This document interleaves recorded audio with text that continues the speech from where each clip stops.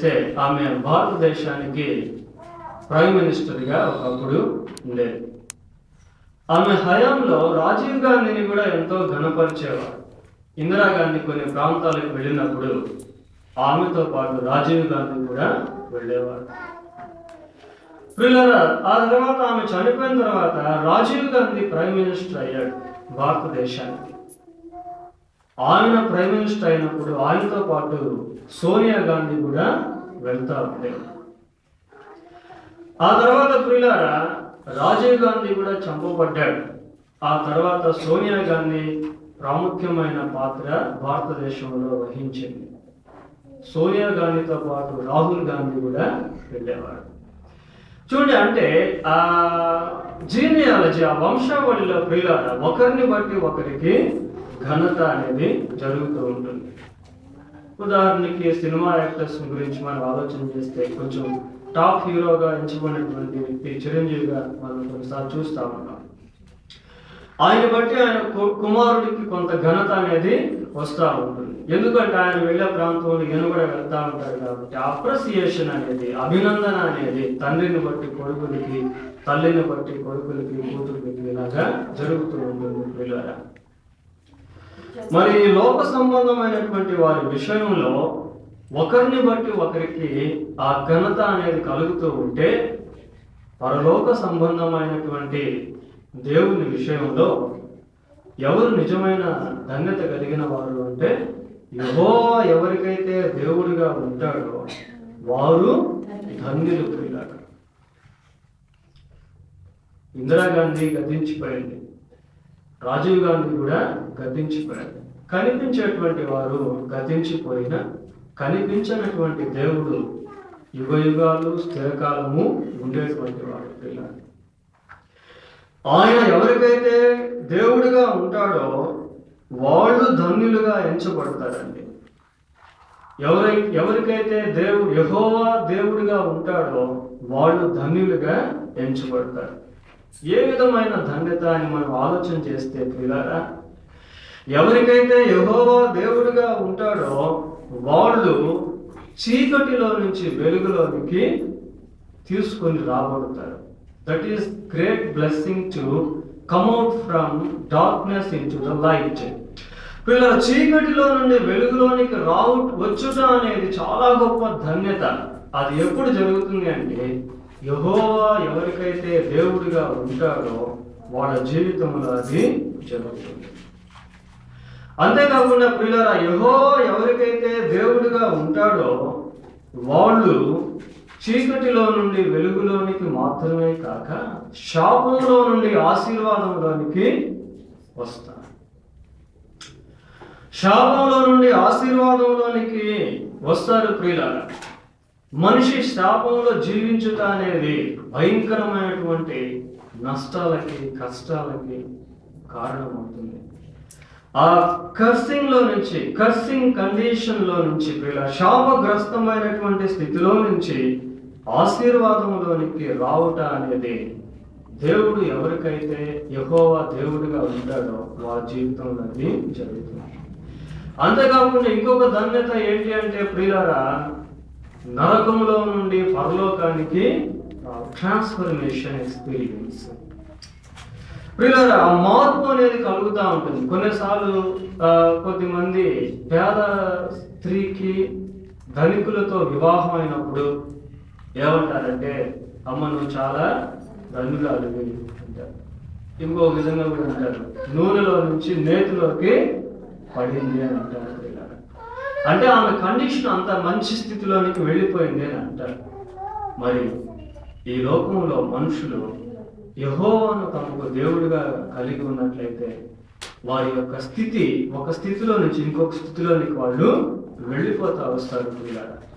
దేవుడు ఏ స్థితిలోనికి ఆయనకు సంబంధించినటువంటి వారిని తీసుకెళ్తాడో అనేది వాళ్ళకు కూడా తెలియదు. But God has a special plan for those who have himself as God. ప్రియులారా, ఆయనను దేవుడిగా కలిగినటువంటి వారి జీవితంలో దేవుడు ఎలాంటి గొప్ప కార్యం చేస్తాడో అనేది వారికి కూడా తెలియదు. సరే, మొట్టమొదటిగా ఒక ధన్యత ఇక్కడ యెహోవా తమకు దేవుడిగా జనులు ధన్యులు అని చూస్తా ఉన్నాం. పోతే రెండవదిగా కీర్తన 32 మొదటి వచనాన్ని చదువుకుందాం. తన అతిక్రమములకు పరిహారం నొందినవాడు, తన పాపమునకు ప్రాయశ్చిత్తం నొందినవాడు ధన్యుడు. చూడండి ఇప్పుడు తన అతిక్రమములకు పరిహారము నొందినవాడు, తన పాపమునకు ప్రాయశ్చిత్తము నొందినవాడు ధన్యుడు. పరలోక సంబంధమైనటువంటి ధన్యత. ఈ లోకంలో మనిషి ఏదైనా ఒక గొప్ప కార్యం చేసినప్పుడు ఆ వ్యక్తిని మనుషులు సన్మానిస్తారు, సత్కరిస్తారు.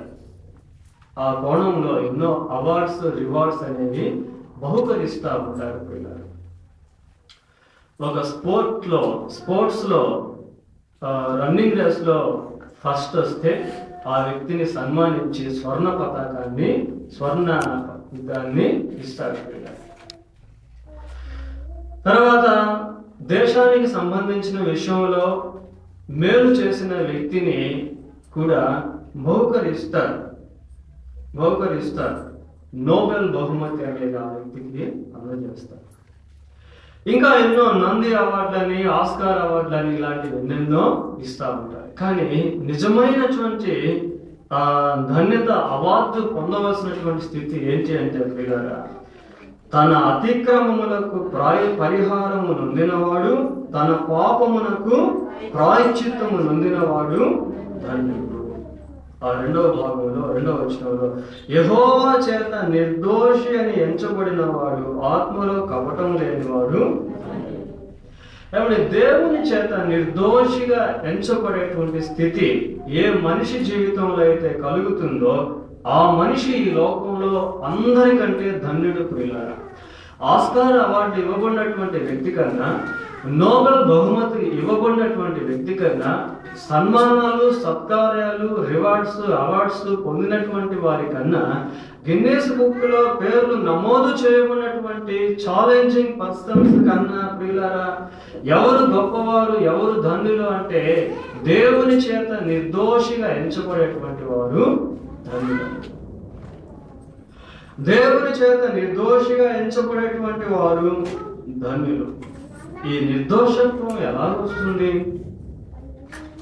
అని మనం ఆలోచన చేస్తే చూడండి, యోహాను రాసిన సువార్త 19వ అధ్యాయము 4వ వచనంలో యేసు ప్రభువుని గురించిన మాట ఒకటి రాయబడింది. పిలాతు మరలా వెలుపలికి వచ్చి, ఇదిగో ఈయన యందు ఏ దోషమును నాకు కనబడలేదని మీకు తెలియనట్లు ఈయన్ను మీ వద్దకు వెలుపలకు తీసుకొని వచ్చుచున్నానని వారితో చెప్పారు.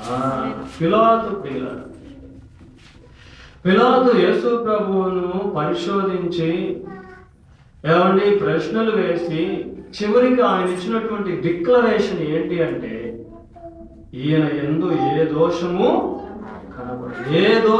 కనబడలేదు అని డిక్లరేషన్ ఇచ్చాడు.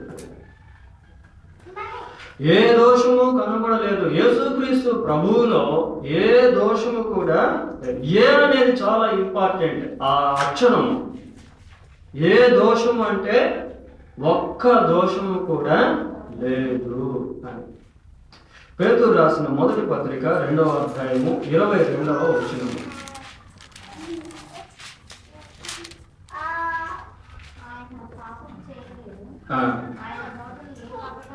ఆయన నోటను ఏ కపటమును, ఈ ఏ అనే అక్షరం చాలా ఇంపార్టెంట్ అండి. పిలాతు ఆయన గురించి మాట్లాడుతూ అన్నాడు, ఏ దోషము కూడా ఈయన నాకు కనబడలేదు. పేతురు యేసు ప్రభువుల గురించి రాస్తూ అంటున్నారు, ఆయన నోట ఏ కపటమును కనబడలేదు. యోహాను కూడా, శిష్యుడైన యోహాను యేసు ప్రభువుకి చాలా సమీపంగా ఉన్నటువంటి వ్యక్తి. ఆయన తన పుస్తకంలో యేసయ్యను గురించి రాస్తూ అన్నాడు. చూడండి, యోహాను రాసిన మొదటి పత్రిక 3వ అధ్యాయము 5వ వచనం.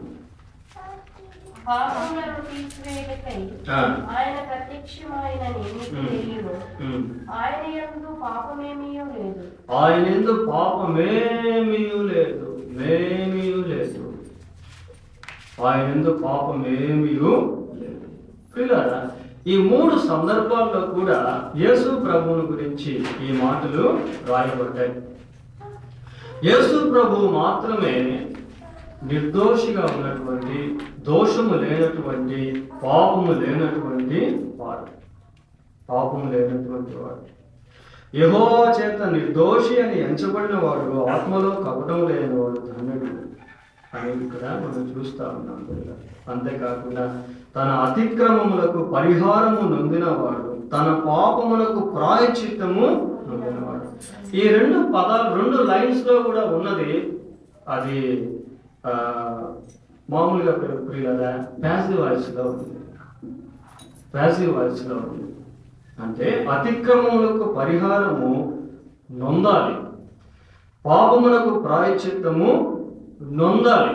మనకై మనం అది చేసుకోలేము, కానీ ప్రాయశ్చిత్తము చేయగలిగినటువంటి వ్యక్తి క్రీస్తు ప్రభు.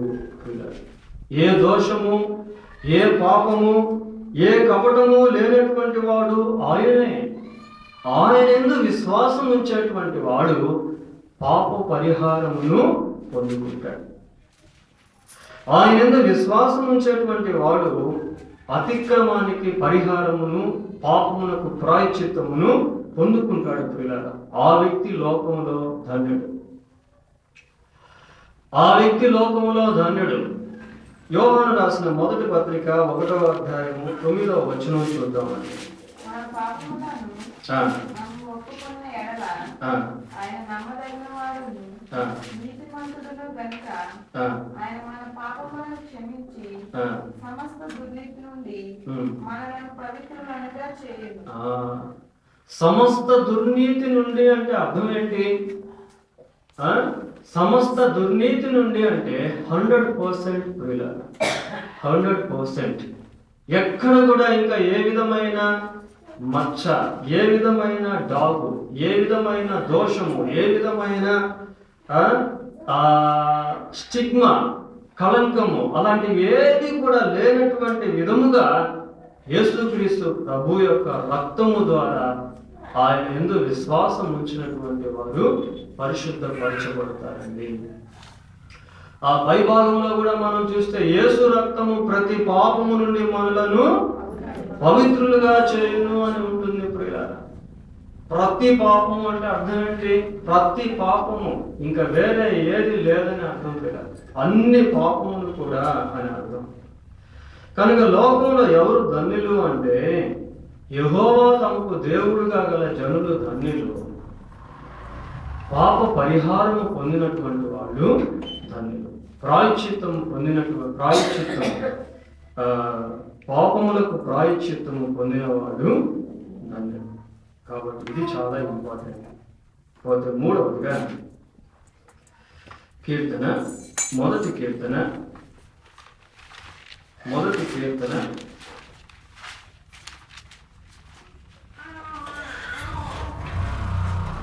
2వ వచనం.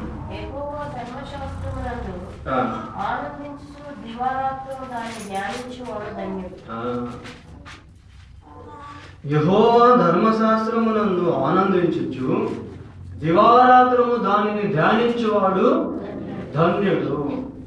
ఎవరయ్యా లోకంలో ధన్యులు అంటే ప్రియులారా, యెహోవా తమకు దేవుడిగా గల జనులు ధన్యులు. తన పాపములకు పరిహారము ప్రాయశ్చిత్తము నొందినవాడు ధన్యుడు. 3వదిగా దేవుని యొక్క ధర్మశాస్త్రమునందు ఆనందించచ్చు దివారాత్రము దానిని ధ్యానించేవాడు ధన్యుడు. కాబట్టి రాత్రింబగళ్ళు డబ్బు సంపాదించేవాళ్ళు ధన్యులు కాదు.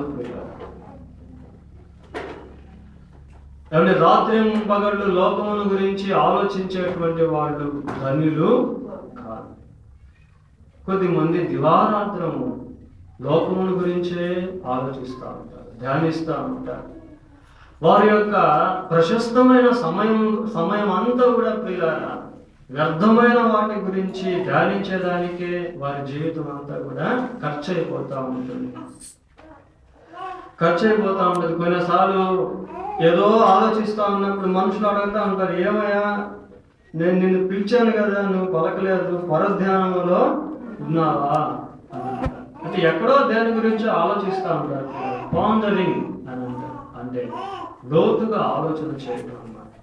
కానీ ఇక్కడ మనం చూస్తున్నాము, యెహోవా ధర్మశాస్త్రమునందు ఆనందించుచు దివారాత్రము దానిని ధ్యానించేటువంటి వాడు ధన్యుడు. ఏంటి ఆ ధన్యత అని మనం ఆలోచన చేస్తే ప్రియులారా, కింద భాగంలో దాని యొక్క డిస్క్రిప్షన్ వివరణ అనేది కింద భాగంలో ఇచ్చారు. ఆ ధ్యానించేటువంటి వ్యక్తి ఎలాగుంటాడు అనే దాని గురించి ఆ వివరణ కింద 3వ వచనంలో మనకు కనబడుతుంది. ఎలాగుంటాడట? అతడు నీటి కాలువల యోరన నాటబడినది, ఆకువాడక తన కాలమందు ఫలమిచ్చి చెట్టు వలె ఉండును. అతడు చేయనిదంతయు సఫలమగును. చాలు. అతడు ఏ విధంగా ఉంటాడట? దివారాత్రం ధ్యానించేటువంటి వాడు నీటి కాలవల యోరన నాటబడినదై ఆకు వాడక తన కాలమందు ఫలమిచ్చి చెట్టు వలె ఉండును. అతడు చేయునదంతయు సఫలమగును. ప్రియులారా, దేవుని ధర్మశాస్త్రమును ధ్యానించేటువంటి వాడు తన యొక్క జీవితంలో సక్సెస్ఫుల్ అనేది, విజయం అనేది చూస్తూ ఉంటాడు. లోకాన్ని ఛేదించుకొని ముందుకు వెళ్ళేటువంటి అనుభవము దేవుని వాక్యము ధ్యానించేటువంటి వ్యక్తి కలిగి ఉంటాడు. మనం లోకంలో మనుషులను గమనించినట్లయితే మనుషుల యొక్క స్థితిగతులు ఎలాగున్నాయి అంటే, అనేక విషయాల్లో మనుషులు ఓడిపోయిన వారుగా కనిపిస్తూ ఉంటారు. ఏమంటే కొన్నిసార్లు కొద్దిమంది స్పోర్ట్స్లో కానివ్వండి, క్రికెట్లో కానివ్వండి, ఆ ప్రోగ్రామ్స్లో ఈ ప్రోగ్రామ్స్లో గెలిచిన వారిగా ఉంటారు. కానీ వారి యొక్క దైనందిక జీవితంలో ప్రియులారా, ఎన్నో విషయాల్లో వాళ్ళు ఓడిపోయినటువంటి స్థితిలో జీవితాన్ని కొనసాగిస్తూ ఉంటారు. మనిషి యొక్క జీవితంలో ఓటమి అనేది ప్రపంచవ్యాప్తంగా దాదాపు పనిచేస్తా ఉంది. ప్రపంచంలో మనుషుల్ని గమనించినట్లయితే కొన్ని విషయాల్లో వాళ్ళు గెలుపొందిన వారుగా కనిపిస్తారు. వారి యొక్క ఆ షెల్ఫ్ లో కూడా కొన్ని బహుమానాలు పెట్టుంటారు. కొన్ని గోల్డ్ కప్పులని, వెండి కప్పులని అవన్నీ పెట్టుకొని ఉంటారు. కానీ వారి జీవితంలో ఎన్నో ఓటమి అనుభవాలు కలిగి ఉంటారు పిల్లలు. కానీ దేవుని వాక్యాన్ని ధ్యానించేటువంటి వారు ఎలాగుంటారంటే, అతడు చేయనదంతయు సఫలమగును, ముందుకు వెళ్ళిపోతూ ఉంటారు. అంటే ఛేదించుకొని వెళ్ళిపోయేటువంటి శక్తి దేవుని వాక్యం ధ్యానించేటువంటి వారి జీవితంలో దేవుడు కలిగిస్తూ ఉంటాడు. లోకంలో మనుషులు ఎన్నో ఉన్నప్పటికీ నిరీక్షణ లేకుండా జీవిస్తూ ఉంటారు. ఎంతో నిరుత్సాహంలో, ఎంతో నిరాశలో మనుషులు జీవిస్తూ ఉంటారు. కానీ దేవుని వాక్యం ధ్యానించేటువంటి వ్యక్తి ఆ నిరుత్సాహాన్ని జయించి నిరీక్షణను సంపాదించుకునే వ్యక్తిగా మారుతాడు. మనం 119వ కీర్తన చదువుకున్నట్లయితే అక్కడ దేవుని వాక్యము ధ్యానించేటువంటి వారు, దేవుని వాక్యం వినేటువంటి వారు, దేవుని ఆజ్ఞలను తెలుసుకునేటువంటి వారు, గైకునేటువంటి వారి జీవితాల్లో దేవుడిచ్చేటువంటి ఆ విజయం గురించి అనేక పందాలుగా అక్కడ రాయబడి ఉండటం అనేది మనము చూస్తాం.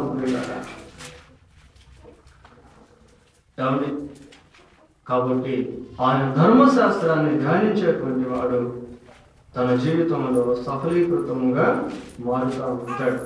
అతడు నీటి కాలువల యోరను నాటబడినదై ఆకు వాడక తన కాలమందు ఫలమిచ్చి చెట్టు వలె. లోకం అంతా గందరగోళంగా ఉంది, పర్ప్లెక్సింగ్. ఎక్కడ చూసినా గందరగోళము, మనుషులు అప్సెట్ అయిపోవడం ఇలాగా జరుగుతుంది. కానీ దేవుని వాక్యం ధ్యానించేటువంటి వారి జీవితంలో ఎంతో ప్రశాంతత, ఎంతో నెమ్మది అనేది వస్తూ ఉంటుంది. దీని యొక్క ఇంకొక లేఅవుట్ మన యెహోషువ గ్రంథంలో చూడవచ్చు. దీనికి సంబంధించిన ఇంకొక భాగము యెహోషువ గ్రంథంలో మనకు కనబడుతుంది. చూడండి, యెహోషువ గ్రంథం 1వ అధ్యాయము. యెహోషువ గ్రంథం 1వ అధ్యాయము. ఇక్కడ దేవుని వాక్యాన్ని ధ్యానించే, ధర్మశాస్త్రం ధ్యానించే దాని గురించి ఇక్కడ కొన్ని మాటలు మనం చూస్తాం. 8వ వచనం చదవండి. ధర్మశాస్త్ర గ్రంథము నీవు బోధింపక తప్పిపోకూడదు. దానిలో రాయబడిన వాటన్నిటి ప్రకారం చేయుటకు నీవు జాగ్రత్త పడినట్లు దివారాత్రం దాన్ని ధ్యానించిన యెడల ఈ మార్గమును వర్ధిల్ల చేసుకొని చక్కగా ప్రవర్తించారు. పిల్లల చాలా శ్రేష్టమైనటువంటి తాళపు చెవిని గురించి దేవుడు ఇక్కడ రాయించాడు ప్రియులారా. ఏమని రాయనుందంటే, ఈ ధర్మశాస్త్ర గ్రంథమును నీవు బోధింపక తప్పిపోకూడదు, దానిలో వ్రాయబడిన వాటన్నిటి ప్రకారము చేయుటకు నీవు జాగ్రత్త పడునట్లు దివారాత్రము దానిని ధ్యానించిన ఎడలా. ఎందుకు ధ్యానించాలట? దాంట్లో రాయబడిన వాటన్నిటి ప్రకారము చేయుటకు జాగ్రత్త పడేదానికి దాన్ని దివారాత్రము ధ్యానించాలి. అలా జరిగినప్పుడు ఏమవుతుందంటే, నీ మార్గమును వర్ధిల్ల చేసుకుని చక్కగా ప్రవర్తించదు. మార్గములో ఆ ప్రాస్పరేషన్ అనేది వస్తుంది, బిహేవియర్ లో కూడా ఆ మోరల్ అనేది వస్తుంది. కాబట్టి మార్గంలో దేవుడు ఇచ్చేటువంటి ఆ ప్రాస్పరేషన్ అనేది వస్తుంది, ప్రవర్తనలో మార్పు అనేది కూడా కలుగుతుంది. నీవు బాగుగా ప్రవర్తించదు. చూడండి, ఈ ప్రవర్తనను మనుషులు సరి చేసుకునేదానికి, సరి చేసేదానికి ఎన్నో ప్రయత్నాలు చేస్తా ఉన్నారు. పోలీస్ స్టేషన్స్ ఎందుకున్నాయి? మనుషుల్లో ప్రవర్తనను దిద్దేదానికి పోలీస్ స్టేషన్స్ పెట్టారు పిల్లరా. దొంగతనం చేసినటువంటి వాళ్ళు, నేరం చేసినటువంటి వాళ్ళు, హత్యలు చేసినటువంటి వాళ్ళు, మోసం చేసినటువంటి వాళ్ళకి క్రైమ్ డిపార్ట్మెంట్ అనేది ఏర్పాటు చేశారు. ఎందుకంటే వాళ్ళ యొక్క హృదయ పరివర్తన కోసం పోలీసులు ఎన్నో ప్రయత్నాలు చేస్తా ఉన్నారు. కానీ ప్రవర్తనలో పరివర్తన అనేది రావట్లేదు. చట్టాలు వచ్చాయి, హైకోర్టు అని, సుప్రీంకోర్టు అని, జిల్లా కోర్టు అని, ఎన్నెన్నో కోర్ట్స్, ఎన్నెన్నో లాస్, ఏమంటే ఎన్నెన్నో బుక్స్, ఎంతో మంది లాయర్లు, అడ్వకేట్లు, జడ్జెస్ వీళ్ళంతా వచ్చారు. వీళ్ళ యొక్క ప్రయాస దేనికి అంటే ప్రియులారా, మనుషుల యొక్క ప్రవర్తన మారేదానికి. కోర్టుకి ఎవరు వెళ్తారండి? సహజంగా మోసపరచబడిన వాళ్ళు కోర్టుకి వెళ్తారు. గొడవలు వచ్చినప్పుడు, తగాదాలు వచ్చినప్పుడు కోర్టులకి వెళ్తారు. దాన్ని సరిచేసేదానికి మనుషులు ఎన్నో ప్రయత్నాలు చేస్తా ఉన్నారు, కానీ ఎవరి వల్ల కూడా కావట్లేదు. కానీ దేవుని వాక్యాన్ని ధ్యానించేటువంటి వ్యక్తి జీవితంలో ఆ ప్రవర్తనలో కలిగే పరివర్తన తన జీవితాన్ని ఆశీర్వాదకరంగా మారుస్తుంది. తన మార్గాన్ని వర్ధిల్ల చేసుకుని చక్కగా ప్రవర్తించే వ్యక్తిగా మారుతాడు. అతడు చేయునదంతయు సఫలమగును. ప్రియులారా, ఆ డిస్ట్రక్షన్స్ లో నుంచి అతను తప్పించుకుంటాడు. లోకంలో మనుషులు హుందాగా జీవిస్తూ ఉన్నారు, అయితే ఎంతో అజ్ఞానంలో మనుషులు బ్రతుకుతా ఉన్నారు. ప్రియులారా, వాక్యాన్ని చదువుతున్నప్పుడు, వాక్యాన్ని ధ్యానిస్తూ ఉన్నప్పుడు మన ఆత్మ సంబంధమైన నేత్రాలు తెరవబడతాయి. హృదయం అనేది తెరవబడుతుంది. How to live, how to talk, how to see, ఎలా చూడాలి, ఎలా మాట్లాడాలి, ఎలా జీవించాలి అనేటువంటి అద్భుతమైన సత్యాలు దేవుని వాక్యంలో నుంచి మనము నేర్చుకోగలుగుతాము. కాంప్రమైజింగ్ భక్తికి దూరంగా ఉండేటట్టు దేవుని వాక్యం మనల్ని చేస్తుంది. లోక సంబంధమైన మోసం నుంచి దేవుని వాక్యం మనల్ని కాపాడుతుంది. లోకంలో విజయవంతమైన జీవితం ఎలా జీవించాలి అనేది దేవుని వాక్యం మనకు నేర్పిస్తుంది. ప్రియులారా, అందుకే వాక్యంలో ఒక మాట ఉంటుంది, నీ వాక్యం నా పాదములకు దీపమును, నా త్రోవకు వెలుగునై ఉన్నది అని దేవుడు రాయించాడు. ప్రియులారా, కాబట్టి ఈ లోకంలో ధన్యులు ఎవరు అంటే, యెహోవా తమకు దేవుడిగా గల జనులు ధన్యులు. తన పాపమునకు పరిహారము నొందినవాడు ధన్యుడు. దేవుని యొక్క ధర్మశాస్త్రమును దివారాత్రము ధ్యానించేవాడు ధన్యుడు. ఇంతటితో చాలు. ఒకవేళ దేవుని చిత్తమైతే ఇంకొక 4 ఉన్నాయి. ఆ 4 ఈరోజు మీదైతే